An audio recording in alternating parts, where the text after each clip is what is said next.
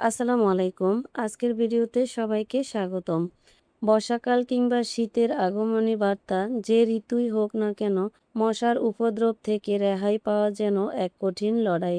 আর বাজারে পাওয়া কেমিক্যালযুক্ত মশার কয়েল বা স্প্রে দীর্ঘদিন ব্যবহার করা আমাদের ফুসফুস ও স্বাস্থ্যের জন্য বেশ ক্ষতিকর। তাই আজকের ভিডিওতে আমি আপনাদের সাথে শেয়ার করব মশা তাড়ানোর 5টি পুরোপুরি প্রাকৃতিক ও অত্যন্ত কার্যকরী ঘরোয়া উপায়, যা কোনো পার্শ্ব প্রতিক্রিয়া ছাড়াই আপনার ঘরকে রাখবে মশামুক্ত। তাই না টেনে সম্পূর্ণ ভিডিওটি দেখুন। এবার চলুন জেনে নেওয়া যাক মশা তাড়ানোর 5টি ঘরোয়া উপায়ের মধ্যে প্রথম উপায়টি সম্পর্কে।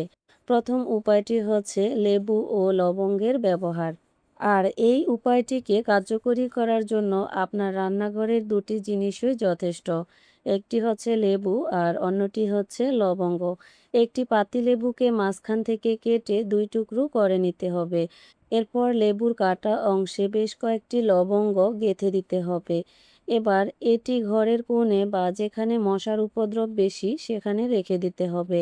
লবঙ্গ ও লেবুর তীব্র গন্ধ মশা একদমই সহ্য করতে পারে না, যার গন্ধে মশা দ্রুত ঘর থেকে পালিয়ে যাবে এবং আপনার ঘর বাড়ি বা বাসা হবে সম্পূর্ণভাবে মশামুক্ত। 2 নম্বর উপায়টি হচ্ছে কর্পূরের ধোঁয়া। কর্পূরের তীব্র গন্ধ মশা তাড়াতে জাদুকরী ভূমিকা পালন করে। সন্ধ্যার সময় আপনার ঘরের দরজা জানালা বন্ধ করে একটি মাটির পাত্রে সামান্য কর্পূর জ্বালিয়ে দিন।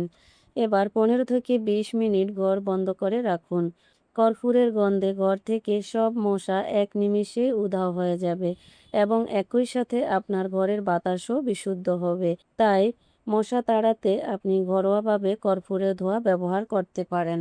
3 নম্বর উপায়টি হচ্ছে তুলসী পাতা ও পুদিনা পাতা। তুলসী বা পুদিনা গাছের গন্ধ মশা একেবারেই পছন্দ করে না। আপনার বাসার বারান্দায় বা জানালার পাশে তুলসী ও পুদিনা গাছ লাগাতে পারেন। এছাড়াও কয়েকটি তুলসী পাতা বা পুদিনা পাতা বেটে বা ব্লেন্ড করে পানিতে ফুটিয়ে সেই পানি ছেঁকে একটি স্প্রে বোতলে ভরে নিতে পারেন। ঘর জুড়ে এই ন্যাচারাল স্প্রে ছিটিয়ে দিলে মশার উপদ্রব একেবারেই কমে যাবে। তাই আপনি যদি ঘরোয়া উপায়ে বাসাবাড়ি থেকে মশা তাড়াতে চান তাহলে তুলসী ও পুদিনা পাতার এই ন্যাচারাল স্প্রেটি ব্যবহার করতে পারেন। 4 নম্বর উপায়টি হচ্ছে রসুনের স্প্রে।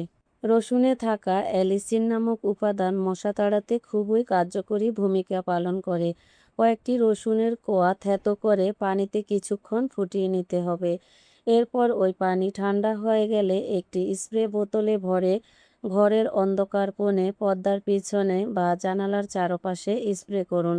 অর্থাৎ ঘরের যেখানে যেখানে মশা লুকিয়ে থাকে সেখানে সেখানে রসুনের এই স্প্রেটি ছড়িয়ে দিন। এতে করে রসুনের তীব্র গন্ধে আপনার বাসা হবে সম্পূর্ণভাবে মশামুক্ত। 5 নম্বর উপায়টি হচ্ছে শুকনো তেজপাতা ও নিম পাতার ব্যবহার।